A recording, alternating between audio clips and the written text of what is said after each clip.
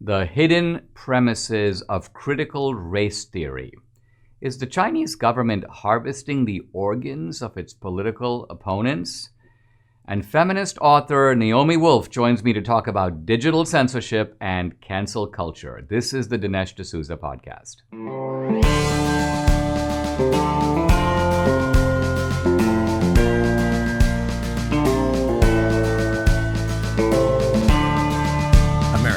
Needs this voice.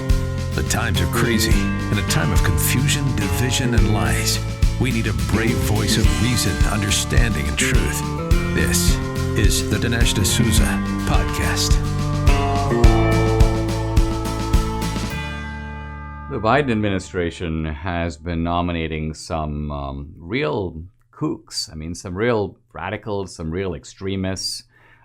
To important positions in the government. Now, happily, one of them, Neera Tanden, withdrew as Biden's nominee for the OMB, the Office of Management and Budget. But there's a bunch of other kooks kind of all coming down the pike. There, of course, was Javier Becerra, Vanita Gupta.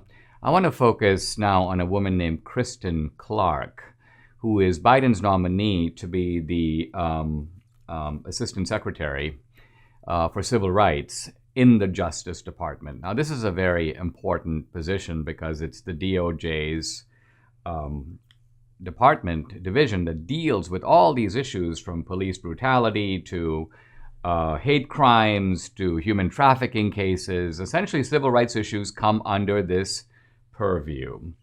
And this woman, Kristen Clarke, has a very interesting history, a history that actually goes all the way back to her days as head of the Black Students Association at Harvard. Now, it may seem odd a little bit to talk about somebody's kind of college days, but it's actually not, because very often when we think of radical ideas that we see in our culture, they were planted on the campus. The radical professors propagandize their students. The students begin to repeat all this sort of kookery. It's picked up by their fellow students. Pretty soon it becomes conventional wisdom. And then as these students graduate, they take these ideas with them. Now, sometimes when they get older, they recognize that it doesn't sound good to talk about things like black supremacy and melanin superiority. You believe those things, but you cover them up with a veneer of adult sophistication. So you begin to learn to use bureaucratic language. But in a sense, that is only on the surface. Underneath that, you still have, your heart is still beating with all these crackpot ideas. And we see this all around us in the culture. Now, recently, Kristen Clarke was criticized because she jumped, you may say, headfirst into the Jussie Smollett racial scam. She was completely on board with Smollett. She was criticizing the police for taking his cell phone. Here I have a tweet from her. She goes, Jussie Smollett subjected to a racist and homophobic attack. Prayers to Jussie Smollett for a speedy recovery from this hate crime. Now, of course, later it emerges that this was staged by Jussie himself. And of course, these bogus hate crimes have now become epidemic. They're staged, it seems, almost more often than you have real hate crimes, which shows you that, there's a market for these hate crimes because it propels unknown people. Not in Jussie's case, he was well known as an actor, but he was hoping to reach a kind of totemic status as the kind of ultimate victim. Meghan Markle was making a kind of similar play more recently. Now, Kristen Clarke has had a very interesting history. She was a professor at Howard University. She served in the Justice Department before. And when she was at Harvard, she was very active in fighting in favor of the Black cause. And she wrote an interesting letter to the Harvard Crimson, which I think is actually worth quoting because it shows you where she is sort of coming from, or what her formative ideas were. She goes, first of all, she quotes a Richard King, and she talks about the fact that the human brain contains large elements of melanin. Melanin is the coloring agent in the human body. And she goes on to argue that blacks have a lot of melanin, which makes them intellectually and morally and emotionally superior. and blacks and whites suffer from melanin defects that makes them such incorrigible, evil people. I'm going to give you some more quotes here. This is directly from Kristen Clarke. Some scientists have revealed that most whites are unable to produce melanin because their pineal glands are often calcified or non-functioning.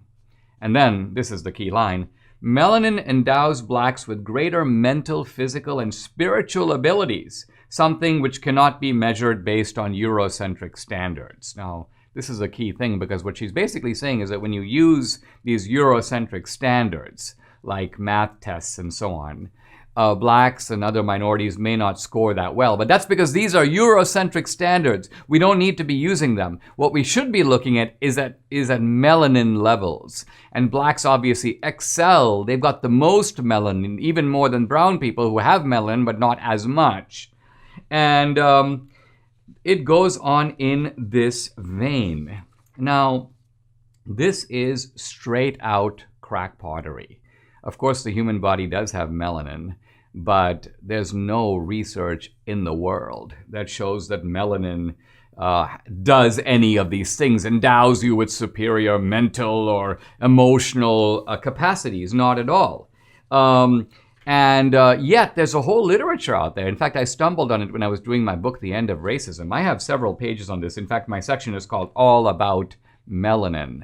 And this goes back to the 1990s. In fact, I met a professor, Molefi Katie Asante, who was one of the expounders of this theory. In fact, he talked about the fact that Africans, he said, are mentally superior because they have, and emotionally superior, because they have what he called the palm tree mentality, because they've been raised in sort of tropical climates, whereas white men, he said, whites suffer from what he calls the caveman mentality. And it's all in the genes. That's the key point. The funny thing about this guy, Molefi Asante, is that he would wear massive African outfits, dashikis and so on. He spoke with an African accent. Finally, I asked him, I said, are you from Nigeria? He goes, no, Dinesh, I'm from Savannah, Georgia. Turns out the guy's real name is Arthur Lee Smith. He's not African at all. The whole thing was a staged act. So the point I'm trying to get at is that these melanin people are kooks. But what they do is they've mastered this kind of language as a pseudo-scientific language. They'll talk about, phonons and electromagnetic radiation, melanocytes, the pineal gland, the hypothalamus. This is a kind of bogus scientific or pseudo-scientific vocabulary that is used to justify what can only be called black supremacy. Now, the sad thing, and Kristen Clarke is sadly part of all this, is that we've had white supremacy. White supremacy was actually the political weapon of the Democratic Party. And in supposedly an effort to fight white supremacy, you think the way to fight supremacy is to fight supremacy. Fight this idea that there is some supremacy conferred by whiteness. That's nonsense. But instead of going there, what these activists like Kristen Clarke do is they try to fight white supremacy with black supremacy. So suddenly, whites are deprived of all these positive qualities, but they're now conferred, they're transferred to blacks. So now suddenly your blackness makes you smart. Your blackness makes you fast. Your blackness makes you sophisticated. Your blackness makes you more perceptive. And if it's not measured by any standards that we can objectively verify, well, then those standards are Eurocentric. How we got to a stage in this country where this kind of racial kookery, this racial nutso claims have become mainstream is a whole other question. But the sad news is we find it not just in academia, not just in culture, but now penetrating the organs of government as well. I want to talk to you about MyPillow and how it's changed Debbie's sleeping habits. When she started sleeping on Mike's pillow, she began to sleep through the night. She's going through that change of life, and she's tried everything. Nothing worked until she found this wonderful pillow. She also has one of Mike Lindell's body pillows, and the cool thing about these pillows, they won't go flat. You can wash and dry them as many times as you want, and they maintain their shape. They're made in the USA. For a limited time, MyPillow is offering the premium MyPillows for the lowest price ever. You can get the queen size premium MyPillow for $29.98. It's normally $69.98, so that's $40 off, and the king pillows are only $5 more. All the MyPillow products come with a 10-year warranty, and a 60-day money-back guarantee. Go to mypillow.com and use promo code Dinesh. You'll also get deep discounts on all the MyPillow products, the Giza Dream bed sheets, the MyPillow mattress topper, and MyPillow towel sets. Call 800-876-0227 or just go to mypillow.com and use promo code Dinesh. The prevailing leftist doctrine on race in America today is called critical race theory. Critical race theory was behind, for example, the so-called 1619 Project. Critical race theory is behind a lot of the efforts to cancel people on the basis of race. And there's a very interesting article by a young black scholar, John McWhorter, on critical race theory. The article is excerpted from his new book, which is called The Elect. Very interesting title because it refers to the sort of privileged people who sort of are in the know, a kind of a new Gnosticism, if you want to call it that. Gnosticism here referring to secret knowledge. And McWhorter goes on to spell out the key premises of critical race theory, which I think are worth noting. He says, first of all, that the civil rights struggle seems to have moved in three phases. The first stage was really simple. Let's get rid of slavery and segregation. Let's remove those laws. The second stage, he says, is let's battle racist attitudes. And initially, that was supposed to be it. We remove the bad laws, we change attitudes. But now he says there's a whole new argument, critical race theory, that racism is baked in the structure of society and is sort of intrinsically part of the makeup of society and the makeup of people who live in it. And he goes on to talk about the key premises. I just want to outline a few of them because you see not only how absurd they are, but how contradictory they are. So here we go. When black people say you've insulted them, you've got to apologize profusely and show guilt, but don't put black people in a position where you expect them to forgive you. They're not going to. Number two, silence about racism is violence. You can't be silent, but you must make sure not to raise your voice too much. Make sure you elevate the voices of the oppressed over your own. These are all instructions, of course, to white people. Number three, you have to struggle to understand the experiences of black people. But here's the rub.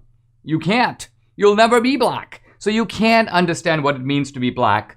And if you think you can, you're racist. Show interest in multiculturalism, but don't culturally appropriate. You have to be interested. If you're not interested, you're a racist. But if you're interested, you can't be too interested because then you may be guilty of appropriation. And it goes on like this. If you're white and date white people, you're a straight out racist. But if you're white and want to date a black person, then you're exotifying the other. You're kind of a racist anyway. Black people can't be held accountable for everything that black people do. Don't try to make that case. But all whites must acknowledge that they are personally complicit in the structure of racism and the evil history of whiteness. Black students must be admitted to schools via adjusted grades and test scores so that you can foster diversity, but it's racist to assume that they don't have the same grades and test scores as whites. And don't expect them to contribute any diversity. Don't ask them for what's the black perspective on this or anything of that nature. So here is McWhorter in a kind of surgical way outlining the preposterous, but also the self-defeating, the self-dissolving, the inherently contradictory elements of critical race theory. Now, as I listen to all this, and it's nonsense on stilts, but when I listen to it, I think back to an essay that was written by a very courageous black pastor, Eugene Rivers. This guy is the pastor of the Azusa Christian community in Boston. Very influential, progressive, left-winger, civil rights leader. And he wrote an essay in Boston Magazine, Boston Review, called On the Responsibility of Intellectuals on the Race Issue.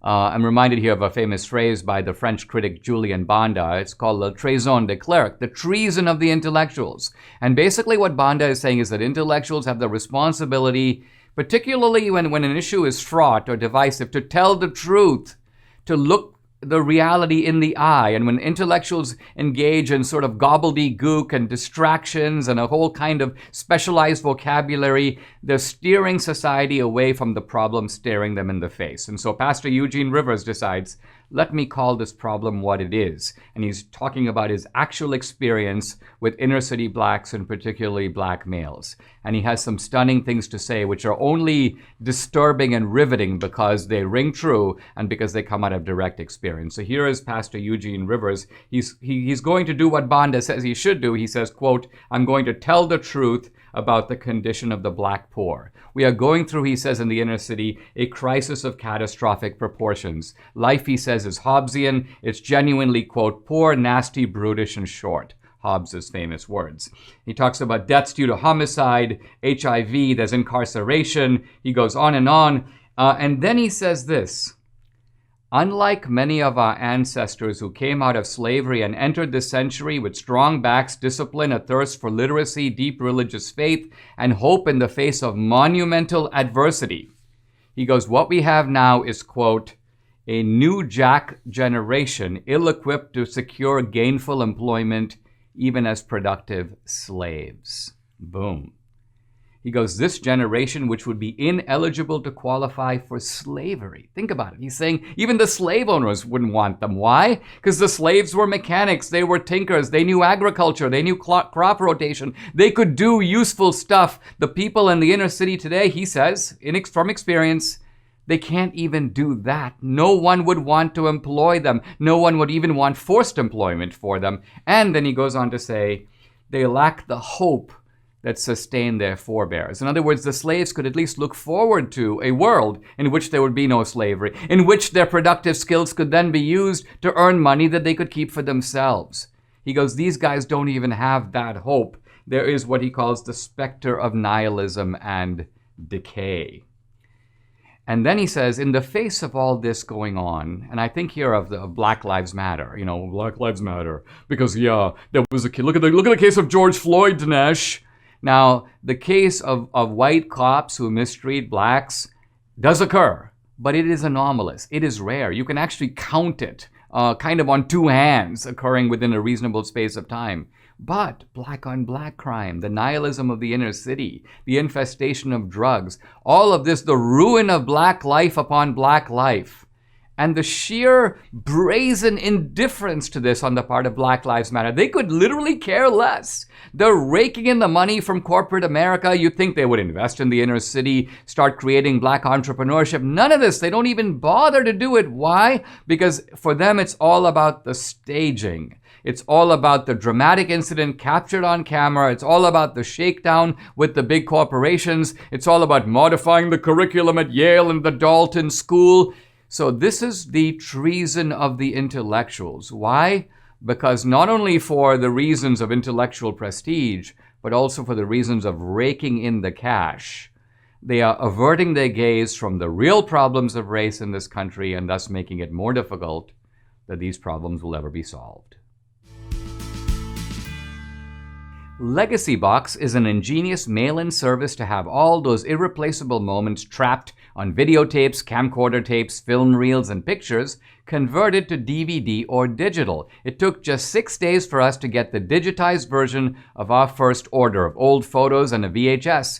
We can't wait to send in more. Check out Debbie's classic 80s look. Now we can send this to family and friends, although they may wish we didn't. Legacy Box is a way for you to digitally preserve your past. The process from start to finish is so easy. You pack and send in, and their team digitizes everything by hand. Get back perfectly preserved digital copies on thumb drive, DVD, or the cloud, ready to watch, share, and enjoy. They've thought of everything. They even provide state-of-the-art tracking and send you updates at every step of the process. Today, Legacy Box is the world's largest digitizer of home movies and photos. Over 850,000 families have trusted them to digitally preserve their past. Go to legacybox.com/Dinesh to get 40% off your first order. Buy today to take advantage of this exclusive offer. You can send your photos and videos in when you're ready. Go to legacybox.com/Dinesh and save 40%.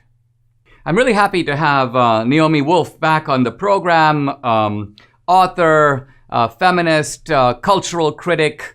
And Naomi, the last time you were on the show, you were, in your own words, in Twitter jail. And I thought a good topic for us to dive into today is the issue not only of digital media censorship and restrictions, but the broader issue of censorship in the culture. So let me start by asking you, what were you in Twitter jail for? That's a good question. Nominally, it was for quoting directly from the Moderna vaccine website. I'm not anti-vax, but this is a huge public issue right now, and I just think people should be allowed to inform each other, especially directly from primary sources.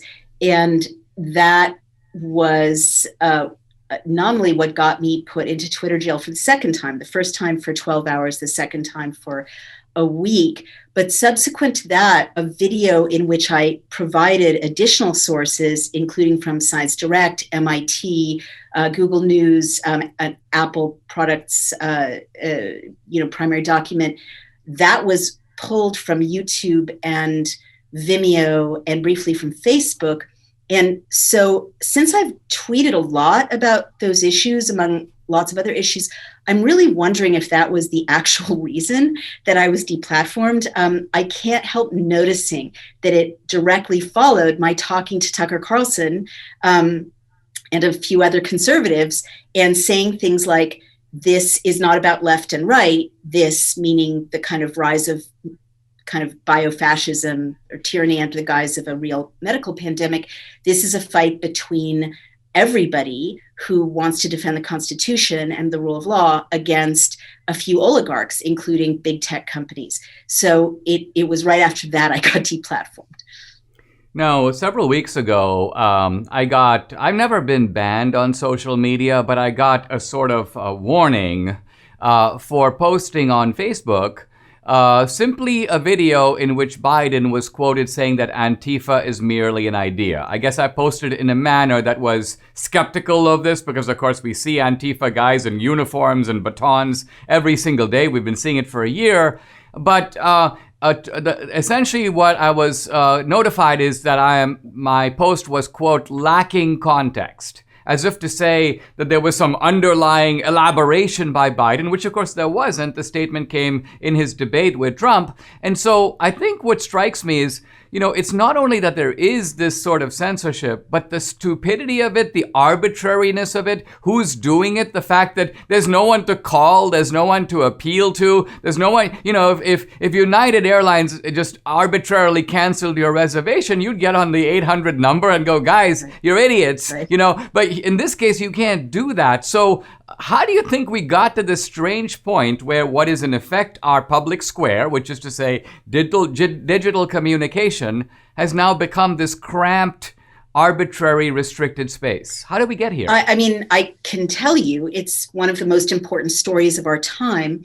There used to be newspapers, and there were local newspapers. And the beauty of newspapers is that they happen in what I call analog space. Humans consume them, and it's a one-to-one relationship. And then there can be letters to the editor or, op-eds that people can write and so on. But these were especially local newspapers, very grassroots entities that had a lot of integrity, and they had a very robust business model, which was advertising from local businesses, the yellow pages, basically the want ads, cars, etc. Of course, digital technology changed all of that, but in the last 8 or 10 years, there's been a systematic effort by venture capitalists and other kind of big corporations, and News Media Alliance has documented this, to buy up all of these tiny local newspapers and kill them, basically. So now 200 counties lack any type of local newspaper at all. At the same time, the big platforms arose, Facebook, Google, Twitter, and that seemed cool because you had newspapers and social media. You could read a story written by a journalist and have your say on social media. However, brilliantly, the digital companies cannibalized the news process and created deals, Google especially, I've just been reading about this, but Facebook as well, in which news sites had to kind of flow their news process and their distribution process through the digital platforms. And that way the digital platforms gained the market share. And of course, news had been collapsing in its old business model because, with digital technology and cars.com, I don't need my local newspaper to tell me where to get a used car in my suburb, et cetera. So once that happened, news platforms and social media platforms converged on these digital platforms. And then I think rather than getting hung up on who is censoring what and what the things are that trigger, what you're seeing right now is something you see a lot in closing democracies, which is the gatekeepers, these digital platforms, are demonstrating their power to censor. And they're doing it very dramatically and flagrantly as a message to everybody. So it really doesn't matter if you were right or if I was right. That's not the point. The point is that starting out in a very benign, open way, and this is an old trick, right? Getting us kind of hooked on communicating on Twitter, on Facebook. Now Twitter and Facebook are saying, look, we can boot all conservative voices. I mean, I've been horrified to see the purge of conservatives. Ben Shapiro, Amazon servers saying we're not going to host conservative content or ideas. The conflation of conservative ideas with, terrorism or insurrectionists. I mean, that is the oldest trick in the book when you're trying to close First Amendment rights. They tried to do it to the left, where, environmentalists are terrorists. We talked about this. Now they're doing it to the right. Anyone who supported Trump or who votes conservative is an insurrectionist and has to be deplatformed. Unfortunately, the tech companies are big donors to the Democrats, and they're in bed together. I mean, the Republicans have their own bad actors who are big donors, but there's more of an alignment there. And so what you're seeing at the beginning of a Biden administration is this flexing of power. We can silence conservative voices. We can, purge content, and we have that power. And then where do we go, right? I mean, I think Ben Shapiro is exactly right in saying we need to create other platforms, other news outlets, other, gathering places. And I've been told, put your stuff on BitChute, put your stuff, join Parler, join Clubhouse, other things I'm not even familiar with. I mean, let's take a pause if we can. Sure, we're gonna come back and dive a little bit more into all this. Right back with Naomi Wolf. Of course, your mom told you, eat your veggies, yet even as adults, we often have excuses for why we don't eat them. They taste gross, it's so much trouble to prepare, fresh fruits and veggies are so expensive. Your mom wanted you to eat fruits and veggies because she knew that's how we get and stay healthy. While your mom has never listened to your excuses, Balance of Nature has listened. All 10 daily servings of fruit and veggies are in 6 small capsules. They are absolutely no trouble, always fresh, nothing artificial, and ready to take. And the cost? Literally pennies per serving. Balance of Nature's fruit and veggies, no hassle, no weird flavors, and just pennies per serving. Join me and experience the Balance of Nature difference for yourself. For a limited time, all new preferred customers will receive an additional 35% discount and free shipping on your first Balance of Nature order. Use discount code AMERICA. Call 800-246-8751 or go to balanceofnature.com and use discount code AMERICA. Naomi, we were talking a moment ago about how at the very beginning, the digital revolution appeared to be exhilarating. I mean, if you think of it from the point of view of the ordinary guy would have trouble. They could write a letter to their local newspaper in the old days, but of course the newspaper might print 2 or 3 letters, so there was no easy way to jump in and have your point of view heard. But today, just about anyone can become a publisher. They can have their friends on Facebook who then distribute their material, the same on Twitter. So it all at the beginning seemed to be a boon for free speech. And then in a kind of nasty turn, in just the way you described, you've got these digital moguls who, I think you're right that their arbitrariness is part of the plan, because if they had to give justifications, then they would be subject to those rationales. But the very fact that without warning, they can, in a sense, show up at your door makes it very clear, sends the message that we are at their mercy. And so you see it as a real social problem, don't you? I mean, I think it's much more than a social problem. I think it did, the First Amendment is first because every other right and freedom depend on it. Freedom to speak and freedom to assemble. And by privatizing speech, right, and giving it into the hands of these 4 to 6 tech bros, they are able to, and they are training us into what we can say and what we can't say. I mean, there's a real conditioning aspect, which is very disturbing to me. I get 3 strikes, right? And, I'm notified if you do this again. So of course, that chills speech. It's called prior restraint in civil rights law. I should, as a publisher, as a journalist, or as a citizen, not be censoring myself in advance. Someone can bring a cause of action against me if my speech violates the law, threatens violence, etc. There are narrow parameters in our country in which speech can be criminalized. But by privatizing speech, these tech companies can train me to censor myself, train you to censor yourself, and demonstrate to everybody that they'd better be careful or they'll be in Twitter jail like Naomi or like Dinesh D'Souza. I mean, isn't it in some ways the adult version of how you train both a kid or a dog? A puppy. In other words, right? It's conditioning that you have good behavior and then you get rewarded. If you do the wrong thing, you'll be rapped on the knuckles, and the next time they're going to pull a trapdoor under you. So it's this sword of Damocles over all our heads. I mean, I'm thinking here, I was looking back at, John Stuart Mill's On Liberty, which is so exhilarating to read now. I'm just going to read its key sentence. If all of mankind minus one were of one opinion, and only one person were of the contrary opinion, mankind would be no more justified in silencing that one person than he, if he had the power, would be justified in silencing mankind. And Mill goes on to, in a sense, make a point that I think answers the libertarians. He goes, listen, this isn't just about the state doing it. Mill says that we all have the right to develop individuality and communication and community. That's part of what it means to be a full person. And so even ostracism, even efforts to shut you down by private actors, if they are powerful enough, constitute, in his view, a clear and present danger to democratic discourse. And I think that's where we are now. Yeah, absolutely right. God, I love Mill. He's timeless, and he always says so clearly what a free society needs and what the individual needs to be free. Let me add another twist, if I may. What's happening right now with the purging of conservative voices, and I'm on the left, right? I have nothing in this except I know that when they start with the voices I don't agree with, pretty soon they'll come to me. That history always shows that's the case.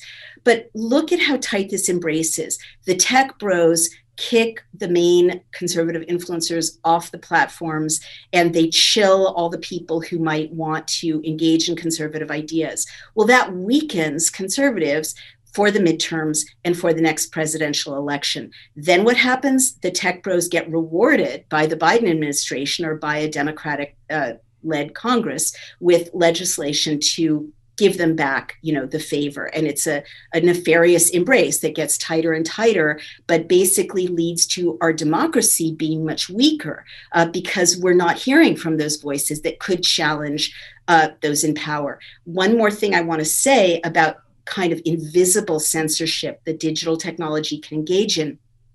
We're a very divided country. I've had so many emails since I spoke to you and spoke to Tucker Carlson and other conservatives saying, thank you for this transpartisan dialogue. We need it.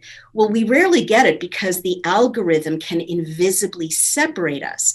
My husband's kind of an independent, he votes for both parties. I'm on the left. He sees a totally different news feed or Twitter feed than I do. So we're not even hearing each other's voices, let alone able to engage in dialogue. And that's intentional. The more we're divided, the less we can unite to restrict or challenge or clean up the power of an out of control administration of any party or the tech bros who are getting way too much power. You mentioned a moment ago the way in which, you may almost call it the clamp of tyranny gets tightened when government goes into bed with private actors to work together to to create censorship. I think another factor, and this is kind of a deep irony, because the justification for doing this is to prevent extremism, right? It's to prevent insurgencies and violence and so on. And of course, that was the purpose for kind of ganging up on Parler, that Parler supposedly, I mean falsely, was the kind of staging ground for the insurgency. Point I want to make is that when you shut down legitimate debate, I'm not talking about Klan salutes or Nazi propaganda. I'm talking about arguments about how to deal with COVID, or arguments about how to deal. When you shut that down, what do you do but fuel extremism? And this is a point Mill makes. He goes, one of the reasons we want these voices in the public square is because if suppressed, they begin to channel themselves into extreme outlets. So these guys are promoting the very extremism that they claim to be trying to stop. Absolutely right. And let's remember, there are already laws against threatening violence, as I mentioned. There are already laws against harassment. There are already laws against, planning in a way that leads to a criminal action, like the insurrection. We don't need new laws to criminalize harmful criminal speech. It's already criminalized. But what I have seen for sure, and my last book, Outrages, is a history of censorship, is that censorship never makes an idea go away. As you say, and as Mill say, it just drives bad ideas to kind of fester and grow in darkness. It's such a cliche, but so true, that the best disinfectant is sunlight. And, literally, my book is about how speech about homosexuality was censored in the 19th century. People didn't become less gay. It didn't get rid of gay people to not be able to speak about being gay, right? Abortion has been censored. It didn't get rid of abortion. Contraception has been censored. It doesn't get rid of contraception. And extremists in the Bush administration and subsequently, from the Muslim world have been censored. It doesn't make Muslim extremism go away. If anything, as you say, it strengthens that. I mean, I've had thousands of people follow me since I was put into Twitter jail that never would have heard of me.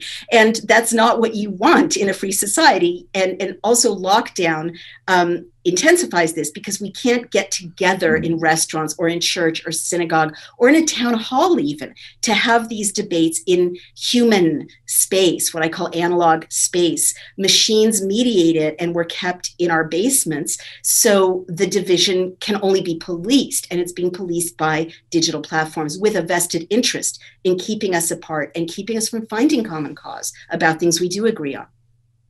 Once again, Naomi, you are absolutely right, and thank you for spending the time and coming on the podcast. I really appreciate it. Thank you so much. Thank you. Mike Lindell of MyPillow is the classic entrepreneur. Not only is he make terrific products, he's also kind of a genius at marketing them, even though not everyone recognizes this. Listen. He texts the other guy, said, "This is the worst guy I've ever seen. He'll never make it on TV." And the guy said, "He's paying you, just let him go with it." And it aired October 7, 2011. In the middle of the night, I was living in my sister's basement, and it just exploded. I went from 10 employees to 540 days, and we were the #1 infomercial in the world. It exploded also because Mike makes terrific products, and customers are delighted with them. He's got more than 100 products on his website, and there's a new one. Slippers, the MyPillow slippers.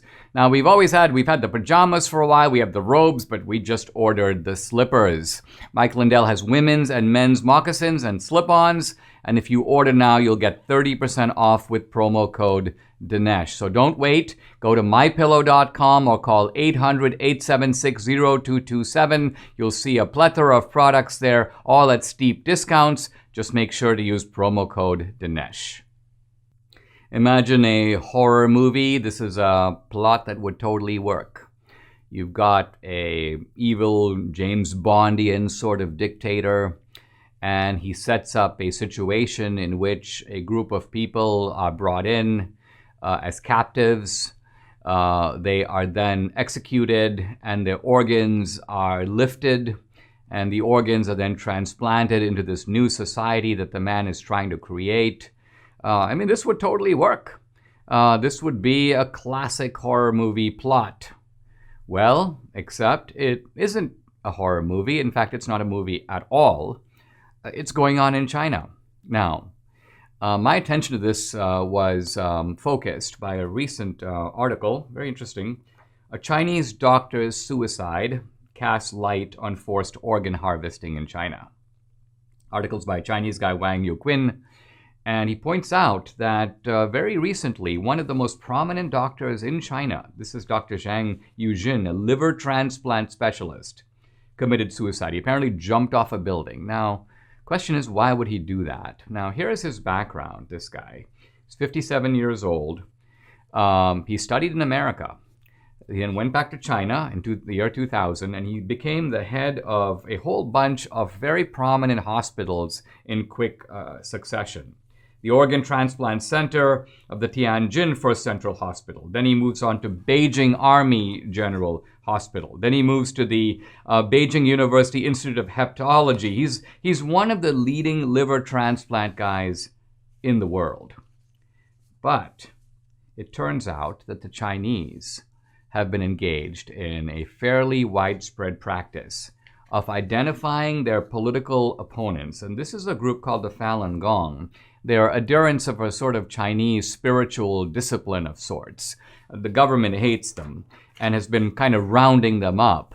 But what wasn't previously known was the degree to which the government is executing the Falun Gong and taking their organs and using their organs for transplants to other Chinese citizens. So now, in liver transplantation, there's no such, not like taking out a lung where you've got another one that keeps you going. You take out a guy's liver, you kill him. There's no other way to do it. So this has been going on a large scale. There's been suspicion of it worldwide. Human rights groups around the world are calling for investigations. Of course, the Biden administration is not interested in putting pressure on China on these things, so they kind of look the other way. They pretend it isn't really going on. Turns out that this doctor is not the first guy to commit suicide. 4 prominent Chinese doctors, all involved in organ harvesting, have died, and died in relatively quick succession. So what we're seeing here is we're actually beginning to see what tyranny looks like from the inside. It was Immanuel Kant a couple of hundred years ago who talked about the fact that in free societies, the human being is a subject, not an object. The human being is an end and not a means.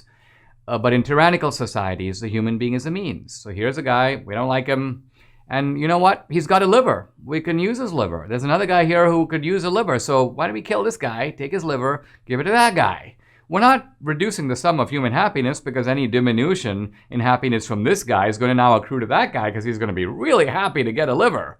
So this is how tyrannical societies think. The concept of human rights doesn't even really occur to them. And this kind of tyranny, which was once occurring in the Soviet Union, is now occurring in the new tyrannical state of our time, China, which, by the way, exercises its tyrannical power over 1 billion people. I mean, 1 of every 7 people on the planet. So this is the greatest human rights violation that is occurring today, anywhere in the world. And yet it's occurring while the gaze of the West is downward, is averted, is in effect, through complicity, through silence, letting it happen. I've been telling you for a while now about Birch Gold Group. I buy my gold from Birch Gold, and so should you.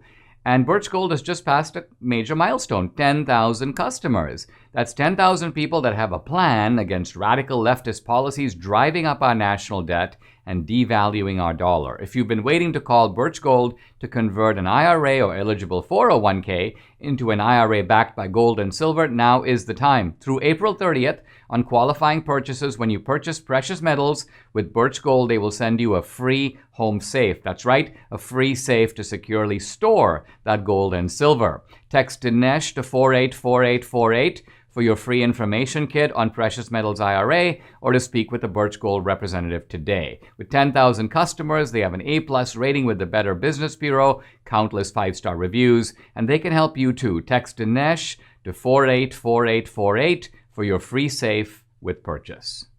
We often hear in public discourse about the movie business, the oil business, the news business, the airline business, but you don't often hear the business of politics.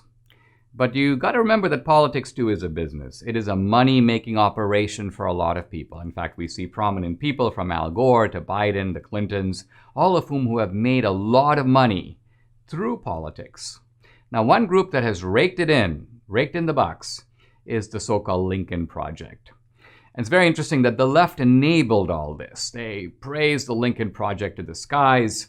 The Lincoln Project had a kind of fan club at CNN and MSNBC and Joy Reid and Bill Kristol and New York Times. And why? Because these were supposed Republicans in the name of Lincoln, were restoring the prestige of Lincoln, were claiming that Lincoln was a man of principle and Trump is not. So the anti-Trump thrust of the Lincoln Project made it super cool. And the money came rolling in. Here's a new New York Times expose. The left is now kind of turning on the Lincoln Project, not just because of all the sex scandals, but also because of the financial corruption. It turns out that these guys, John Weaver, Reed Galen, Rick Wilson, figured out a system to pay themselves millions of dollars in, quote, management fees. And they were very cunning about the way they hid it. And they also wanted to make sure that they were the only guys who got the money, that there was a small club of people. And so these are guys who were able to raise nearly $100 million from liberal billionaires. They raised some of it from small donations. And what they did was they created consulting firms and began to move the money from A to B and B to C and C to D and then right back to them so that the money trail would be hard to stay on top of. Now, all of this is now coming to light. And these guys have been paying off their mortgages, buying yachts, all kinds of stuff like that. The donors are probably now raising eyebrows, and by donors here I mean billionaire Stephen Mandel, Joshua Bekenstein, the co-chairman of Bain Capital, David Geffen. This is a guy who gave $500,000 to the Lincoln Project. So all these guys came out of the McCain and John Kasich campaigns, but it was really ultimately, this was a racket that they knew they could run. And by the way, when the whistle was being blown, when all this information was coming out about the sex scandals at the Lincoln Project, what these guys decided is, listen, it's time to jump off the boat. So what do? They created another Lincoln Project. This was called Lincoln Project 2024. And their idea was, let's take the money from the Lincoln Project and move it over to Lincoln Project 2024. That way, even if Lincoln Project goes down, in fact, George Conway, this is Kellyanne's husband, when he said, Project Lincoln should shut down. But these guys have thought of that. They're like, you know what? We can shut down this ship. Why? Because by the time this ship goes down, the money will all be on the other ship and we can cash it in. We can cash it in from there. But now that their cover is blown, they had to sort of return the funds from Lincoln Project 2024 back to Lincoln Project. And so the gig might be up. It may be that these guys are not going to end up, well, they've taken a whole bunch of money. They may not end up with more money. Now, as I think about all this, I think to myself, what would Abraham Lincoln make of all this? You know, here you have Lincoln, this melancholy, straight-laced guy, a guy ultimately who was motivated by the Kansas-Nebraska Act to come into politics, not a guy who was raking money or enriching himself off the political scheme, a man of principle, a man who paid a terrible price, ending up ultimately being assassinated by a pro-slavery Democrat. And so this is Abraham Lincoln, and these are the scoundrels, I mean, the dirty, rotten scoundrels that have been operating, the con artists who have been operating in his name. It's possible, I guess, for a group to have a certain kind of honorable treason. You know, you devote yourself to a cause, you discover that the cause has sort of gone bad. On principle, you decide, I've got to repudiate the side I've been a part of. I can understand all that, but that's not the Lincoln Project. The Lincoln Project was always, listen, we're a bunch of losers. We have no future in the Republican Party. Our campaigns, we've run one failed campaign after another, or like Bill Kristol, I'm the untalented son of talented parents. So the basic idea is, what do a bunch of losers do? And the answer is they rent themselves for cash to the other side. I don't really feel sorry for the liberal donors, you idiots. Thought that these guys were your saviors. You put in all this money. Obviously, these guys went off and bought boats. So I don't feel sorry for the donors.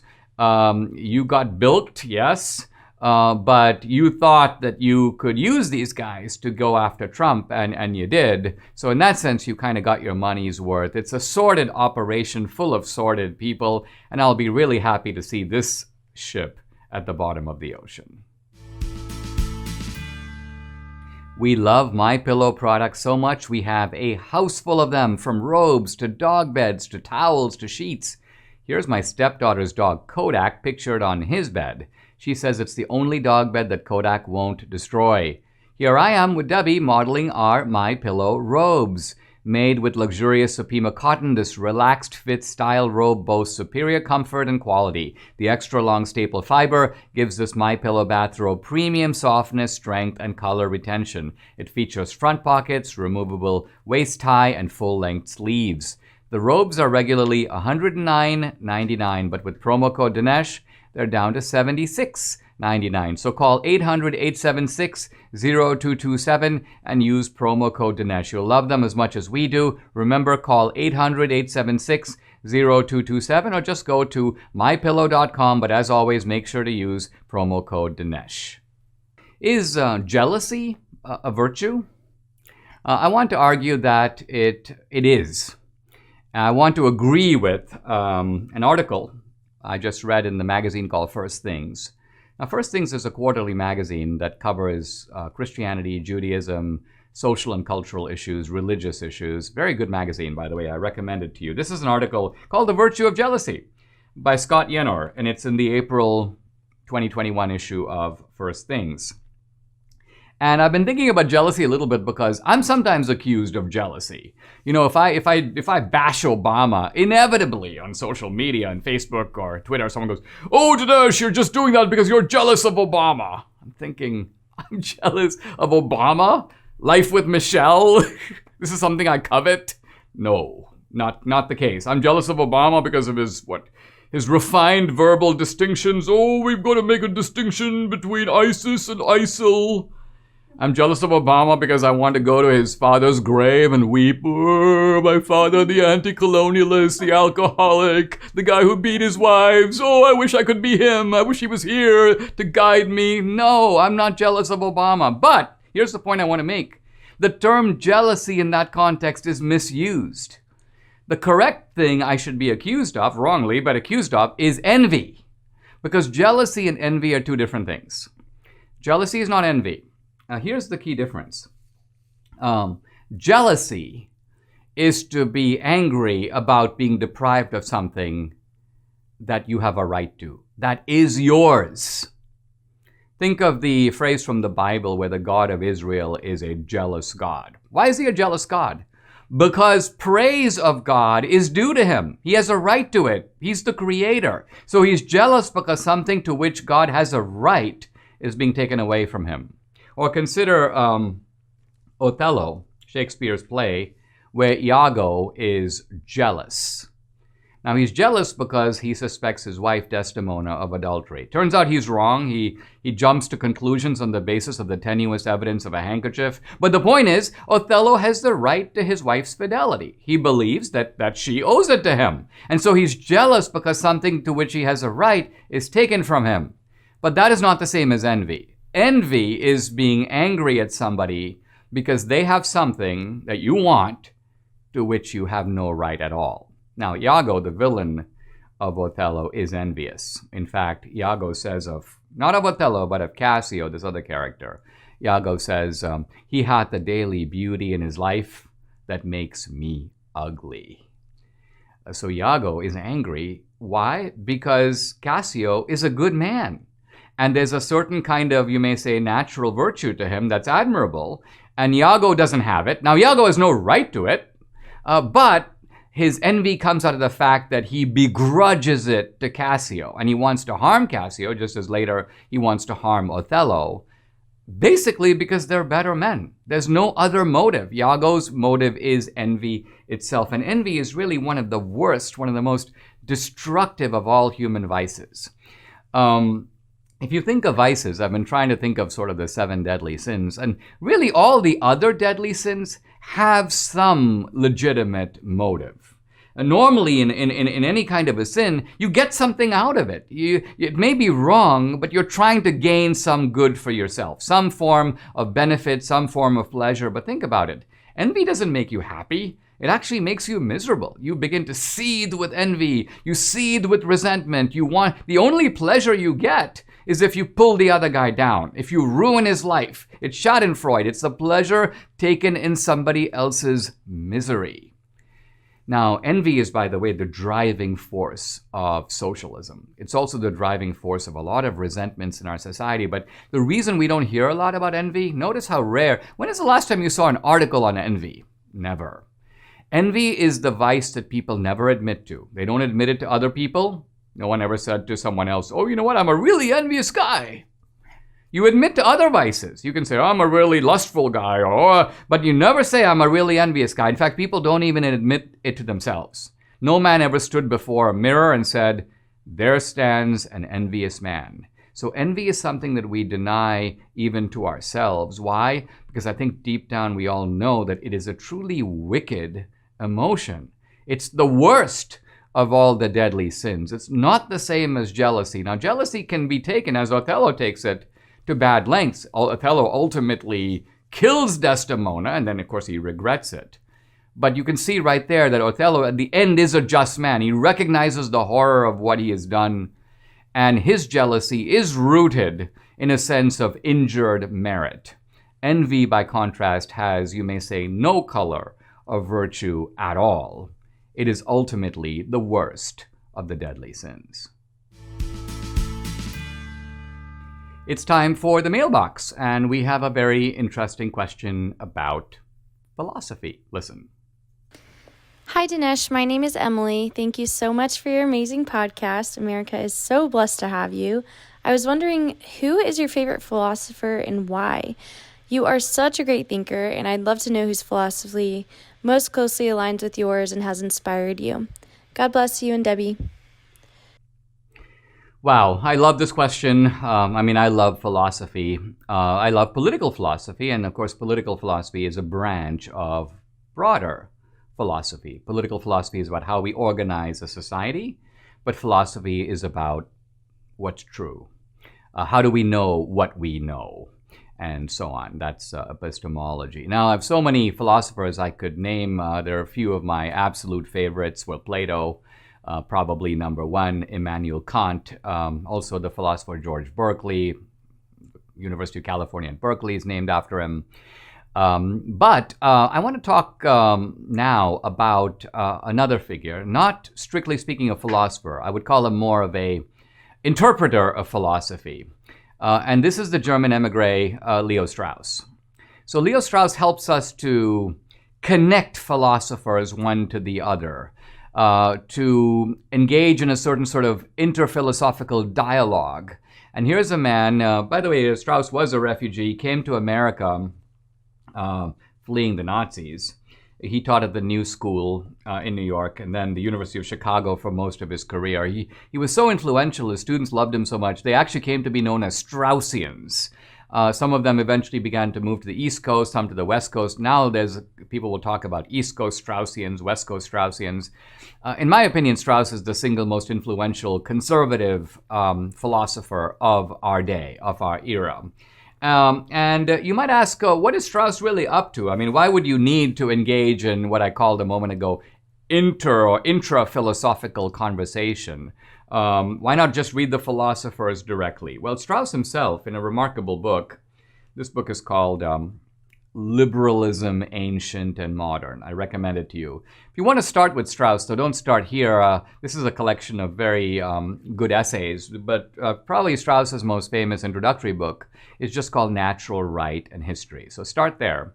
But I want to read a few lines from this book, Liberalism, Ancient and Modern, where Strauss is actually talking about liberal education and about philosophy.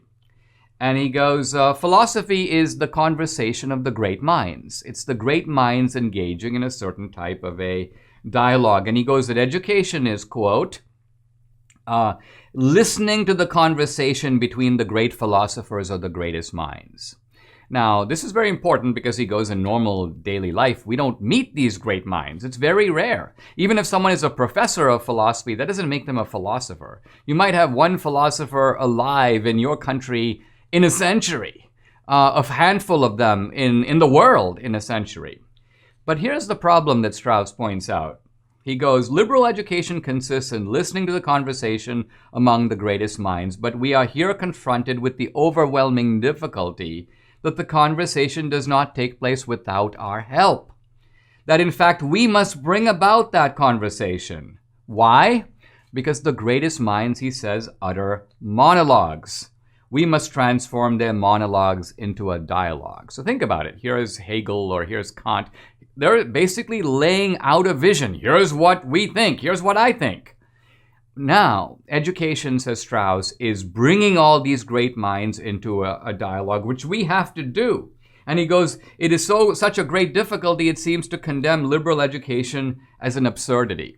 See, there are very few philosophers, Plato being one of them, where Plato does write dialogues. But notice that Plato's dialogues are not between equals. There's really only one philosopher there, Socrates. And he's arguing with these various sophists, but they're not evenly matched. Socrates, ultimately, you may almost say, is the LeBron James of philosophy, and he's just dunking the basket one time. So Plato doesn't give you a matchup of equals. Plato gives you really the Platonic view articulated through Socrates. Now, the beauty of Strauss is that he's able to synthesize in a very refined and sophisticated, and he's a beautiful writer, as the lines I've quoted suggest. What Strauss is really doing is he's saying that our modern, what he calls the crisis of the West, is a crisis of reason. It's a crisis of relativism. It's a crisis of the fact that we don't believe ultimately in the principles that have built our civilization. We began by relativizing values. In other words, distinguishing facts and values and saying, well, facts are objective, but values are relative. And we've gone from the relativism of values to the relativism of facts. Well, those are your facts. Here are my facts. Bottom line of it is ultimately we have succumbed to open the door, you might say, to nihilism. And Strauss's great philosophical opponent from the century before, Strauss was a man of the 20th century, was Nietzsche. And Strauss saw Nietzsche as the apostle of nihilism. Nietzsche actually celebrating at least nihilism of a certain sort. So the bottom line of it is Strauss provides, I would say, intellectual depth, seriousness, and anchor to modern American and modern European, worldwide conservatism. He gives a seriousness and grounding to our beliefs that is perhaps not for everybody, but is certainly for people who want to know not just why I believe this, not just what I believe, but also why I believe it, what are potential objections to what I believe, and at the deepest level, how I can defend against all comers the principles that I most deeply cherish. Subscribe to the Dinesh D'Souza podcast on Apple, Google, and Spotify, or watch on Rumble, YouTube, and SalemNow.com.